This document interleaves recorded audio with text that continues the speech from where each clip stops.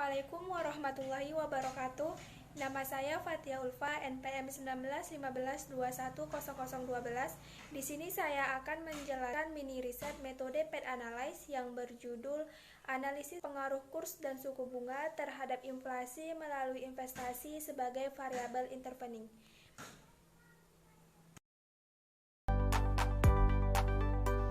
Rumusan masalah. Yang pertama, apakah penerimaan kurs berpengaruh signifikan terhadap inflasi melalui investasi sebagai variabel intervening?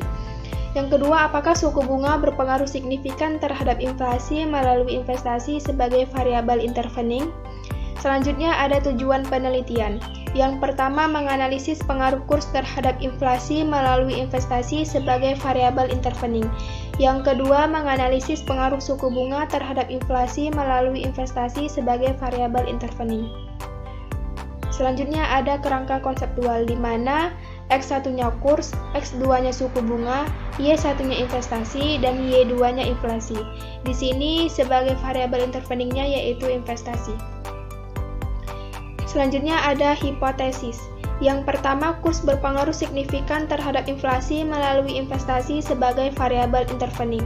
Yang kedua, suku bunga berpengaruh signifikan terhadap inflasi melalui investasi sebagai variabel intervening. Metode analisa data. Metode analisa data yang digunakan dalam penelitian ini yaitu metode Path Analysis atau analisis jalur. Analisis jalur ini bertujuan untuk membuktikan hipotesis, yaitu membuktikan apakah investasi menjadi variabel utama atau mediasi dalam mendukung inflasi yang dilihat dari penerimaan kurs dan suku bunga, dengan persamaan sebagai berikut.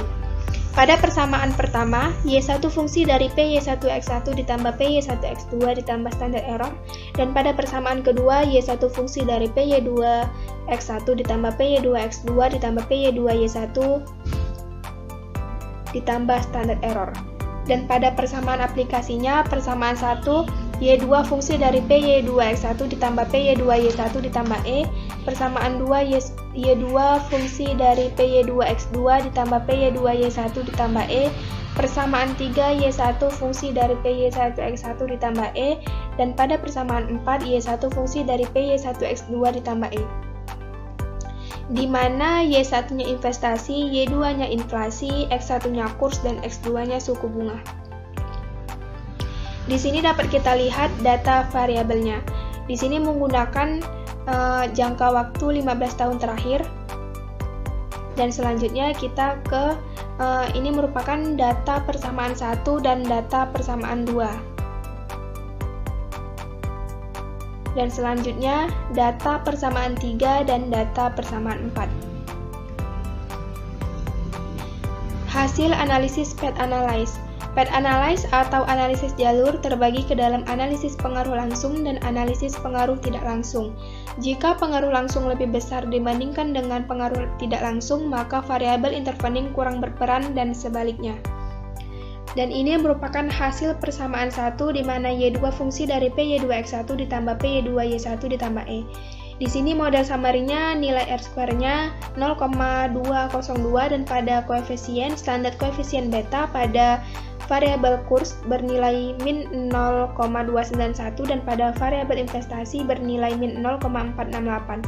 Dan pada hasil persamaan 2 di mana Y2 fungsi dari PY2X2 ditambah PY2Y1 ditambah E, pada model summary pada nilai R-square-nya bernilai 0,587 dan pada koefisien standar koefisien beta pada variabel suku bunga bernilai min 0,745 dan pada variabel investasi bernilai min 0,049.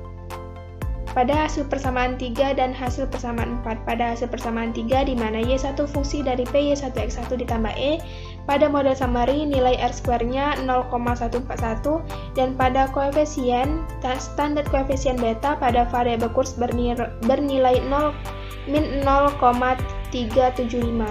Pada hasil persamaan 4 di mana Y1 fungsi dari PY1X2 ditambah E, pada model summary nilai R-square-nya 0,174 dan pada koefisien standar koefisien beta pada variabel suku bunga bernilai 0,417. Selanjutnya, interpretasi hasil Path Analysis. Yang pertama, pengaruh kurs terhadap inflasi melalui investasi sebagai variabel intervening. Berdasarkan gambar di atas, hasil analisis jalur menunjukkan bahwa kurs dapat berpengaruh langsung terhadap inflasi dan dapat juga berpengaruh tidak langsung, yaitu dari pengaruh kurs ke investasi atau sebagai variabel intervening lalu ke inflasi. Yang pertama, besarnya pengaruh langsung kurs terhadap inflasi yang bernilai min 0,291. Yang kedua, besar pengaruh tidak langsung kurs terhadap inflasi melalui investasi, yaitu P2 dikali P3, di mana nilai P2 itu min 0,375 dan P3-nya min 0,468 dan mendapatkan hasil 0,1755. Yang ketiga, besarnya pengaruh total sebagai pengaruh mediasi kurs terhadap inflasi melalui investasi atau pengaruh langsung ditambah pengaruh tidak langsung, yang hasilnya min 0,1155. Dan terakhir, kesimpulannya nilai total sebagai pengaruh mediasi lebih besar dari pengaruh langsung dan lebih kecil dari pengaruh tidak langsung. Hasil perhitungan yang didapat menunjukkan nilai pengaruh langsung di mana nilainya min 0,291 lebih kecil dari nilai pengaruh tidak langsung yang bernilai 0,1755, maka HA diterima. Artinya kurs berpengaruh signifikan terhadap inflasi melalui investasi sebagai variabel intervening, atau dapat disimpulkan bahwa investasi menjadi variabel yang memediasi atau intervening antara kurs terhadap inflasi, maka investasi berfungsi sebagai variabel intervening.